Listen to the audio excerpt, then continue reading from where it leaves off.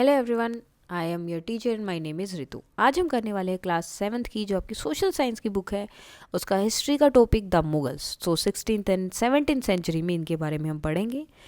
First आपके आते हैं choose the correct option. Who was the first Mughal emperor? सबसे पहले कौन आए थे यहाँ पर? Babur. The salaries of mansabdar are called. तो जो मनसबदार जो थे इनकी उधर जो काम करते थे उनकी जो सैलरी थी वो उसे क्या बोला जाता था? Jagir. The literary meaning of sulh e kul. Sulh e kul की मतलब क्या था? तो universal peace. Babur was force to leave his ancestral throne due to the invasion of Uzbeks. So Uzbeks आ गए थे, इसकी वजह से उनका जो मतलब वहाँ पे जो वो राज करते थे वो उन्हें छोड़ना पड़ा था। Now the fill in the blanks. Babur defeated Lodhi army in the battle field of Panipat. Panipat की लड़ाई में उन्होंने उनको हरा दिया था। Dash was the ruler of Iran, Iraq and modern day Turkey. तो कौन थे? Timur. The dash refuse to accept the Mughal authority for a long time. तो सिसोदिया राजपूत ने जो बहुत टाइम तक मुगल अथॉरिटी को एक्सेप्ट नहीं किया था। The collection of revenue based on a schedule revenue rates for the individual crops is known as zabt. तो कुछ क्या बोला जाता था? जबत। या कलेक्शन होता था जो रेवेन्यू का कि तुमने इतनी फसल उगाई है तो इतनी फसल के लिए तुम्हें इतने पैसे देने होंगे या इतनी फसल तुम्हें देनी होगी, उसे बोला जाता था जबत। नाउ क्वेश्चन आंसर है, short question answer. Who was Genghis Khan? Genghis Khan कौन था? तो he was the ruler of the Mongol tribes. Mongol tribe के रूलर थे in China and central Asia. What do you mean by the rule of primogeniture? तो इसका मतलब क्या है? So under the rule of primogeniture the eldest son जो है inherit करता है उनके फादर की जो भी प्रॉपर्टी है या जो भी राज है या जहाँ पे वो काम कर रहे हैं। What qualities of the Mughal enabled them to expand their influence over many kings and chieftains. So कौन कौन सी क्वालिटीज़ थी जो मुगल ने जो है अनेबल किया था अपने इन्फ्लुएंस को बढ़ाने के लिए जो किंग्स थे और उन सब पे? So the careful balance between defeat करना उनका balance, but not humiliating their opponent.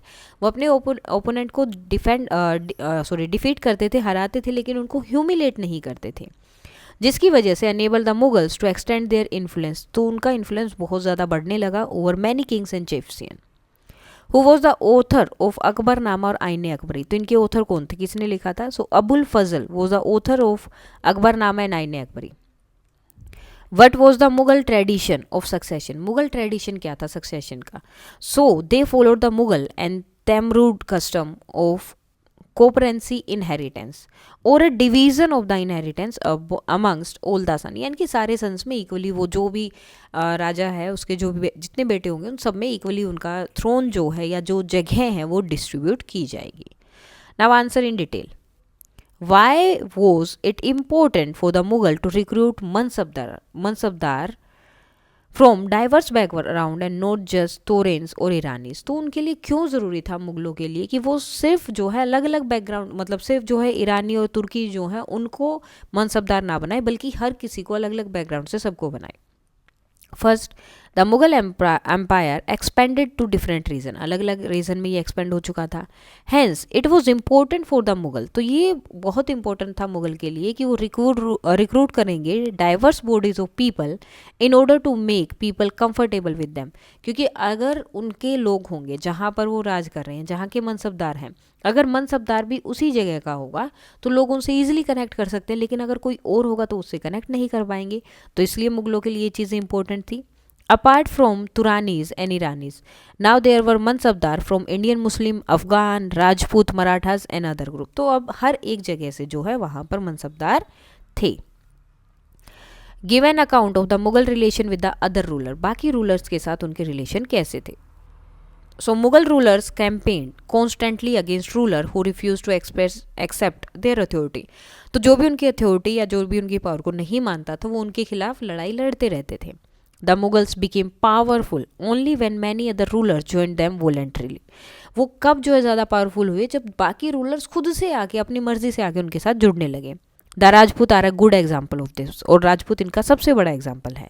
Many of them, अब बहुत सारे राजपूत ने क्या किया, अपने जो बेटियां थी their daughters, they married their daughters into Mughals family and received high position. वो मुगलों में उनकी शादी कर दी और खुद जो उनके कोर्ट में बड़ी पोजीशन मिल गई उन्हें। But many resisted this as well, लेकिन बहुत सारे ऐसे भी थे जिन्होंने इसको रेसिस्ट किया कि हमें नहीं आपके साथ आना है. The Sisodia Rajput refused to accept Mughal authority for a long time. जैसे सिसोदिया राजपूत जो थे उन्होंने इसको एक्सेप्ट नहीं किया बहुत लंबे टाइम तक. आफ्टर देयर डिफीट, अपने डिफीट हारने के बाद, they were honourably treated by the Mughals. जब वो हार गए सिसोदिया राजपूत तो उन्होंने जो है उनको बहुत अच्छे से, मतलब मुगलों ने उनको बहुत अच्छे से सम्मान के साथ जो है ट्रीट किया.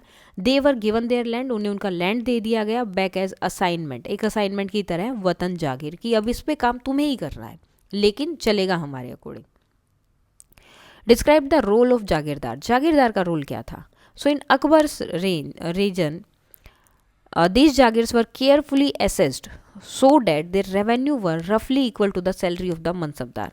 So अकबर की जितनी भी जगह थी वो जागीर को इस तरह से डिवाइड कर रखा था कि उनका जो जो रेवेन्यू मिलेगा वो मनसबदार की सैलरी के इक्वल होगा, तो उसकी सैलरी वहीं से डायरेक्टली आ जाएगी. बाय औरंगजेब का जब टाइम आया, situation changed and the actual revenue collected was often less than the guaranteed sum. अब जितना रेवेन्यू आता था जो मनसबदार की सैलरी उससे बहुत कम आने लगा. There was also huge increase in the number of mansabdar. अब मनसबदार का जो नंबर था यानी कि बहुत ज़्यादा मनसबदार बना दिए गए, which meant a long wait before they received a jagir. तो उन्हें जगह देने के लिए यानी कि सैलरी देने के लिए भी उन्हें बहुत ज़्यादा वेट करना पड़ता था. These and other factors created a shortage of number in jagirs. Numbers of jagirs, अब मतलब जागीर का मतलब एक तरह से जगह है, तो वहाँ पे भी अगर इतने ज़्यादा मनसबदार बनेंगे तो लोगों को वेट करना पड़ता था जगह मिलने के लिए. मतलब एक तरह से क्या था, मनसबदार को एक जगह दी जाती, इससे जितना रेवेन्यू होगा वो उसकी सैलरी हो जाती थी. अब उन्होंने जो बहुत ज़्यादा जो है मनसबदार बना दी और जगह कम थी, तो लोगों को वेट करना पड़ता था कि उन्हें उनकी जागीर मिले. तो जागीर जो है कम हो गई. Hence many jagirdar try to extract as much revenue as possible while they had a jagir. तो अब ये क्या करने लगे कि थोड़ी बहुत कि आपकी बार इस साल तुम लोगे, इस साल तुम लोगे, इस साल तुम लोगे जागीर. तो जो भी मनसबदार बनता था तो वो क्या करते थे, जितना रेवेन्यू हो सकता था उतना कलेक्ट कर लेते थे वहाँ से, मतलब ज़्यादा से ज़्यादा वो रेवेन्यू कलेक्ट करने लगे. Aurangzeb was unable to control these developments in the last year of his reign, so the peasantry suffered tremendously. तो अब क्या हो गया, औरंगजेब इस चीज़ को कंट्रोल नहीं कर पा रहा था बिल्कुल भी अपने लास्ट टाइम पे, जो मतलब जो उसके राज्य करने का या राज करने का जो लास्ट टाइम था ना, उस टाइम पे वो बिल्कुल भी इन चीज़ों में कंट्रोल नहीं कर पा रहा था. तो जो किसान थे वो बहुत बुरी तरह से यहाँ पर इस टाइम पे सफ़र कर रहे थे, मुश्किल में थे. सो विद नेक्स्ट क्वेश्चन है, with reference to the following picture answer the questions. अब यहाँ पर आपको पिक्चर दी है, अब इससे रिलेटेड क्वेश्चन है, आइडेंटिफाई द पिक्चर्स. तो क्या है ये, Red Fort. But is architectural style of the Red Fort. तो किस तरह का है? So the Red Fort is built in the Mughal architectural style, characterized by its red sandstone walls and intricate design. What significant event take place annually at the Red Fort on August 15? तो क्या होता है इस दिन? So on August 15, India's Independence Day, the Prime Minister of India delivers a speech from the Red Fort's rampart. तो Red Fort का जो rampart है वहाँ से जो Prime Minister है वो एक speech deliver करते हैं. Read the following paragraph and answer the questions below. Meronisa married the Emperor Jahangir in 1611 and received the title Noorjahan, और उन्हें टाइटल मिला कौन सा, नूरजहाँ का. She remained extremely loyal and supportive to the monarch. As a mark of honour, Jahangir struck silver coin bearing his own title on one side and on the other the inscription struck in the name of the Queen Begum Noor Jahan. तो उन्होंने एक coin बनाया जिसमें एक side में उनका नाम था, टाइटल था सिल्वर कॉइन, और दूसरी तरफ लिखा था queen Begum Nurjahan. The adjoining document in an order, फरमान भी एक था नूरजहाँ के नाम पे. The square seal states command of her most sublime and elevated majesty Nurjahan Padshah Begum. तो उनका जो है अलग से कमांड भी दिया गया, उनको सील भी दी गई जिस सील पे इस तरह से लिखा होता कि उनकी कमांड भी मानी जाएगी. द राउंड सील स्टेट, अब राउंड सील में था, by the son of Shah Jahangir she became as brilliant as a moon, may Nurjahan Padshah be the lady of the age. तो ये पैराग्राफ है कि मेहरुन्निसा की इनसे शादी और उसके बाद में उनको टाइटल दिया गया नूरजहाँ, और वो कितनी इन्फ्लुएंस कर रही थी वहाँ पर राजनीति को, पॉलिटिक्स को या जहांगीर को, मतलब सब चीज़ें उनके अकॉर्डिंग होने लगी थी, या उनके नाम की सील, कॉइन्स वगैरह बहुत सारी चीज़ें हुई. What title did Mehrunnisa receive after her marriage? तो Mehrunnisa receive the title of Nurjahan. What did Jahangir do as the mark of honour for Nurjahan? तो इनके ओनर के लिए, इनके सम्मान के लिए इन्होंने क्या किया? तो Jahangir struck silver coin bearing his own title, एक तरफ उनका टाइटल था, और and the inscription struck in the name of queen Begum Nurjahan on the other, दूसरी तरफ ये था.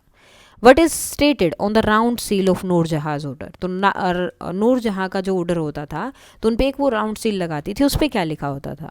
So the round seal states that by the son of Shah Jahangir she became as brilliant as the moon, may Nurjahan Badshah be the lady of the age, ये लिखा हुआ होता था. सो इसके साथ ही आपका ये चैप्टर कंप्लीट हो जाती है, जो टॉपिक है, सॉरी. सो इसमें अगर कोई भी डाउट है तो आप बता सकते हैं. That's all for today and please like share and subscribe. Thank you.